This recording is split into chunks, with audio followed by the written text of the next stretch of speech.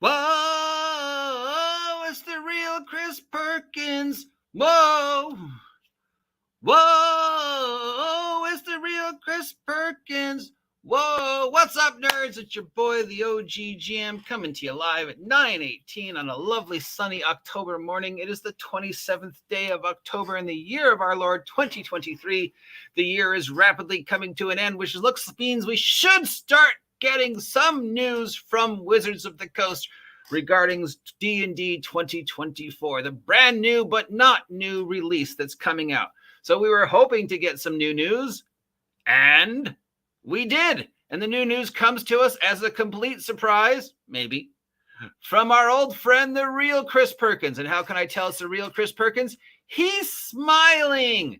Now, you know, in the past year or two or so, I have referred to Chris Perkins as Chris Perkins 2.0, or not the real Chris Perkins, because it's been a while since we've seen Chris Perkins smile or look excited about Wizards of the Coast product. But he's doing Unearthed Acquisitions Incorporated again, and he's doing a great job if you haven't watched it yet. And he apparently made a surprise appearance at Gameholecon 2024.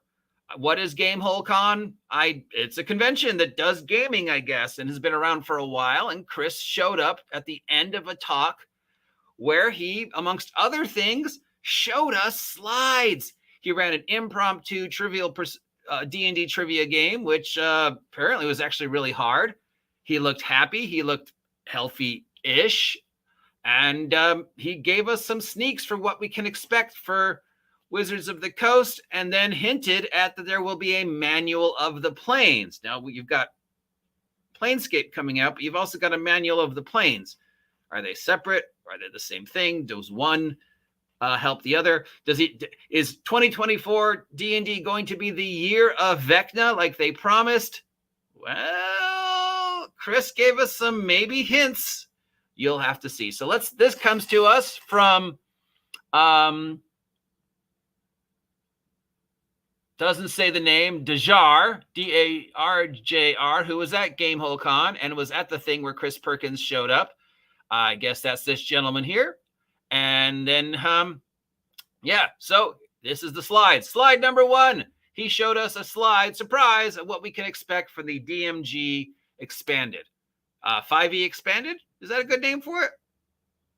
New D&D 6.0, 5e 2024, 5e Expanded. 5e Evolved was the name I came up with at the beginning of the year. I kind of like that name still. All right, so what we can expect from the 5e DMG: expanded and reorganized, better, clearer advice, campaign setting, how to build one or example, new magic items, and of course, new art. What can we expect from the 5e Monster Manual? Expanded and reorganized, more creatures, stack block improvements, higher level creatures, which, as I've said before, is pointless. Oh, this monster's got 3 hit points. This monster's got 300 hit points. Once they reach 8th level, they're doing 300 hit point monster isn't that much of a challenge. Trust me, I know. And new art. And then for the 5e PH handbook, expanded and reorganized, more character options, more spells, completely different yet the same, and new art. Of course, there's new art because we have to have the 5e 2024 AI art confusion. Now, as for what the themes for 2024 D&D is going to be, is it going to be Vecna? Like they said at the beginning of 2023. Well, this is the hint that Chris Perkins gave us. A rod, some spacey-looking things, and a very familiar-looking woman laying on a very familiar-looking coffin with a very familiar-looking magic item at her head.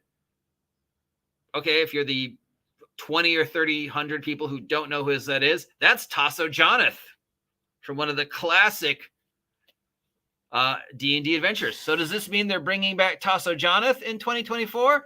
What is this? I don't know. It looks Planescape. What is this? Well, it's a rod. Could it be the Rod of 7 Parts?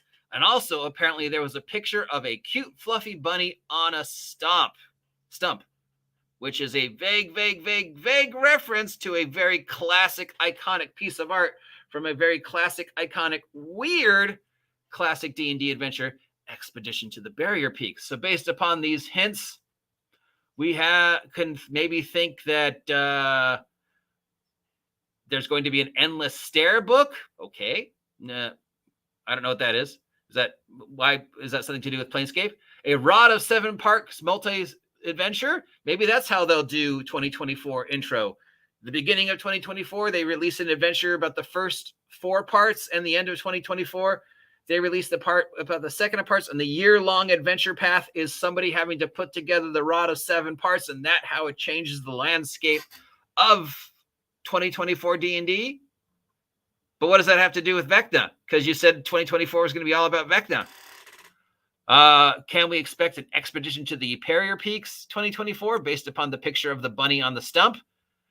And and why Tasso Jonathan, whose name I'm probably saying wrong. Those were his guesses. He doesn't know anything.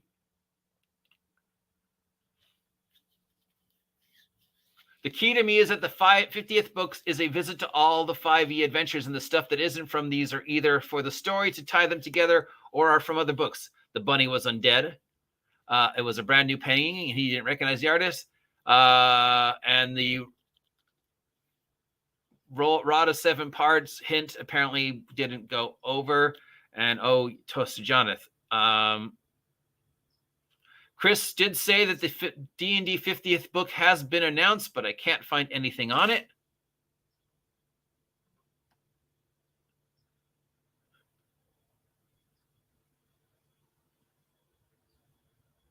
An anthology next year. Okay.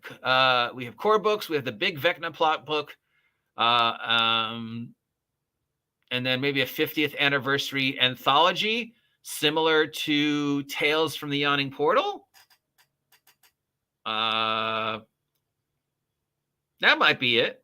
I don't know what the Endless Stare is. Was that a D&D adventure that I don't remember the name of?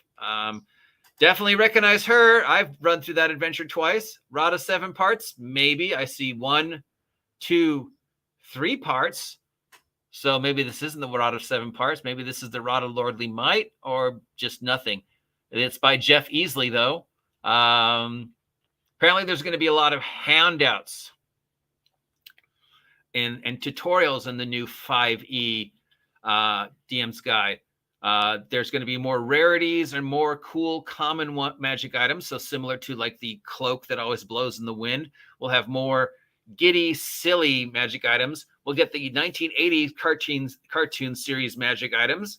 So the bow of magic missile, the cloak of invisibility, the +1 fireproof shield, the club of earthquakes, the staff of now you're a monk, and Presto's hat, a rod of useless items and a hat. Okay. There'll be some new spells, tons of new arts. It'll be a gateway to new players, and the term that keep using for the new PHB and even the DMG. So the PHB will be more new player friendly, and there's gonna be lots of new art. They wanted you to know there's gonna be lots of new art, lots of new magic items, lots of new filler to justify the prices changes.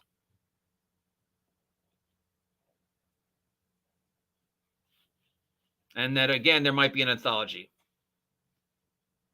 And then he ran apparently a secret Ravenloft game at the adventure that nobody knew that he had planned. So again, Chris Perkins out of nowhere shows up at Gameholecon, drops some bombs, and then runs a surprise adventure, runs a surprise trivial game, and then leaves being cool. If there's anybody who's going to make me excited about anything related to Dungeons & Dragons, it will always be Mike Merrills, even though I think they just have him tied up in the basement at Wizards of the Coast and Chris. Because if Chris is happy and excited about what's going on with 4E, then, or 5E or whatever it's called, then, you know, my curmudgeon-y heart will be like, well, if that's the real Chris Perkins and he's excited about it, then maybe it might be, I don't know. Yeah, a 50th anniversary anthology adventure similar to Tales of the Yawning Portal could be cool. It would have to do the ones you didn't do in Tales of the Yawning Portal. Redoing the Rod of 7-part multi-part adventure, which was the thing, if I remember correctly, as the year-long mega quest to tie the transition together instead of doing a War of the Gods, because they've already done that. That could work. I really want more information about the Vecna mega plot that they told us was going to happen at the beginning of this year. Told us was going to be resolved with the Fendelver book. Failed to be resolved with the Fendelver book. Oh, it was Mind Flayers. What do you know? It's Mind Flayers all the time. I know we spent the past 10 years making you guys think it was Vecna. Whoops. Yoink. It was Mind Flayers. Yeah, I know we said at the beginning of the year, 2024 was going to be the year of Vecna again. Whoops, yank, no mention of Vecna. You guys, but you guys really don't care, right? Right? So what, if anything, does this mean? Don't know. Does this improve any excitement level for 5e, 5.5, D&D evolved, D&D expanded, D&D remastered, D&D 2024? I don't know. I have no faith in Wizards of the Coast. But Chris Perkins is the real Chris Perkins, the smiling Chris Perkins, the Acquisitions Incorporated Chris Perkins is still the little bit of a glimmer of hope that the future of D&D from 2024 to 2027 still might have one person at Wizards of the Coast who has not fallen to the dark side like Crawford has. I mean, I bring up Kyle Brinks, but where's he's gone? And I bring up Mackenzie, but oh yeah, she's gone too. I mean, it's, I don't know who they're going to roll out next as the sacrificial lamb for 2024, but we'll see. Now, mind you, again, this is Wizards of the Coast, so take anything I just said with a grain of salt. Everything Chris Perkins said at that convention could be made null and void while I was giving this conversation. In fact, we could go over to the Unearthed Arcana playtest and see if anything has changed since the last time we were here. And nope. No, it hasn't. So that's a good sign, I guess. So there we stand.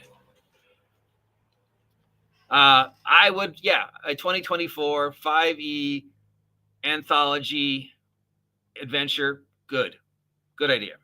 Year-long mega campaign that explains the transition and gets new players, old players up to date to where D&D is going to stand at the end of 2024. Be that Rod of 7 Parts, be that Vecna. Again, good idea.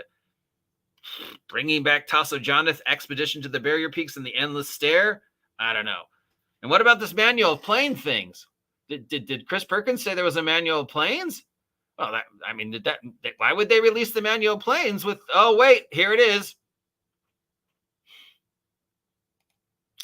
Yes, if you are clever enough to head on over to the DM's Guild, you will see the brand new 5th edition version of the Manual of Planes. It's 300 pages and includes the Genomicon, Dragonlance, Tasha's Cauldron, Planescape, Planeswalker, and the Hanakamanikon. I don't know what that is. This is everything that 5e has done interdimensionally, all together in one brand new product. Let's see if we can get a close-up of the table of contents. It discusses the planar principles. It discusses the prime material plane. It discusses the connecting planes, astral, earthreal, outlands, far realms, the inner planes, positive, negative, elemental planes, the other planes, the abyss, blah, blah, blah, blah, blah. All the ones we're familiar with. Information on traveling and famous planeswalkers and stuff like that. Interplanar landmarks and creatures of the planes. And then an appendix. A lot of monsters. I would have probably seen less monsters and more. So how is this different than Planescape? Let's see if they tell us anything. Nope. Let's go to the link. I have included the link to this down below.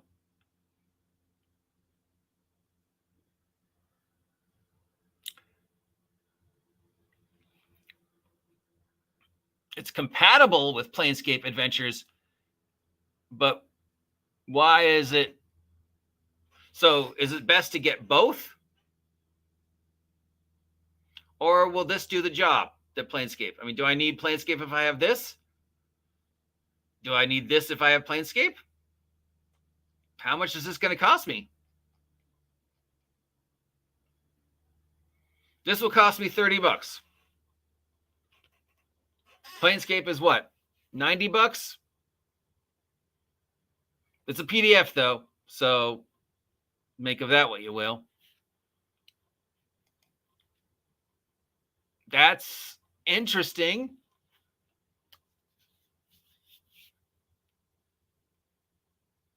Yeah. PSR has horrible messaging. Need to get their PR act together. Rudderless. Totally agree.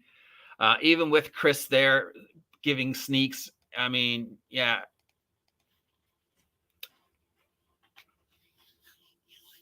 They still could have done better. Yes, the stair thing is. Okay, so I guess the endless stair was an adventure I didn't know about.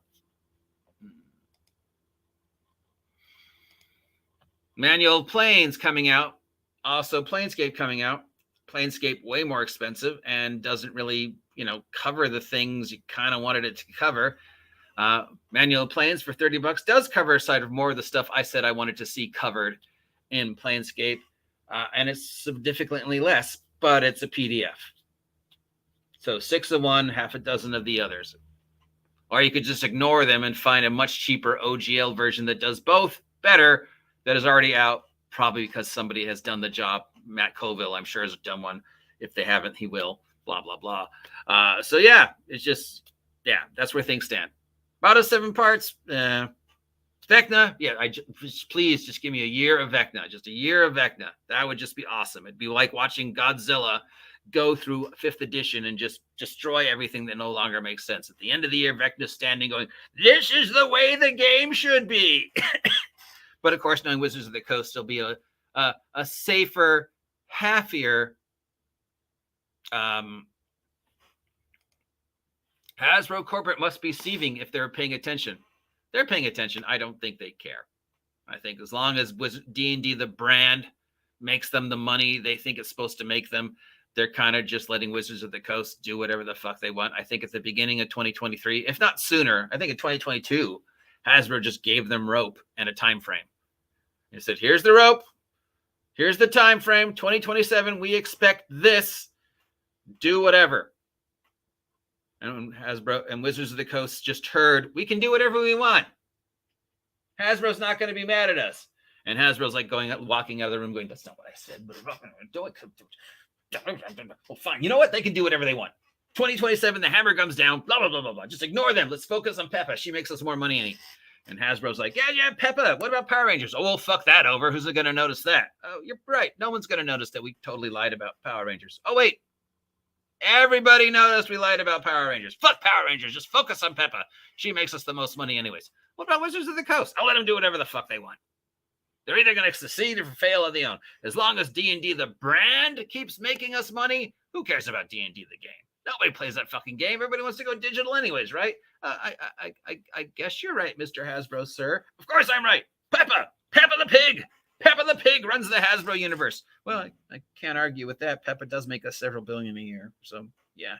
So I think Dice Tales, that is what, in that my silliness of that scenario, is probably what happened. Hasbro just said, do whatever the fuck you want. You've got to 2027 to make us this much money. If you do, great. If you don't, you're dead. Meanwhile, the branding, D&D the lunchbox, D&D the breakfast cereal, D&D the TV show, D&D Monopoly, that's all us. That's all us, okay? So, yeah, we're going to brand it because the brand is worth more to us than your game. And Wizards of the Coast is right. Yeah, okay. Let's send Pinkertons to people's house. That'll be okay, right? So that's it for the OneDnD news for today. Is any of that exciting to you? Was it nice to see the real Chris Perkins out and about smiling again? Yeah, that was probably the best part of that, just to see the real Chris Perkins out for a second smiling again and seem exactly excited about D&D for the first time in a while. So who knows? It's not like it's going to not going to start shilling for Wizards of the Coast more than I already shill, unless, of course, they hire me to do so. And at the end of the day, I still would rather you spend your hard-earned gaming money on my stuff. There's a link down below you can use to go to my store at Giant Slayer Games and pick up one of my many PDFs, or you can go directly to the Red Room and pick up the latest edition of the Minions D&D Beastery that I've been making. And, of course, Good Guys Always Lose, the second of the 3-part Wretched Vigilantes trilogy, which I am going to be ending with Henchmen Sing the Blues, which I still haven't started writing. That's it for today. If you appreciate this nonsense, let me know. If you never want to hear me talk about Wizards of the Coast ever again, too bad, because they're the #1 source of news. Anyways, I got to go run an errand, so I'll talk to you all later. Have a great day. Stay frosty out there.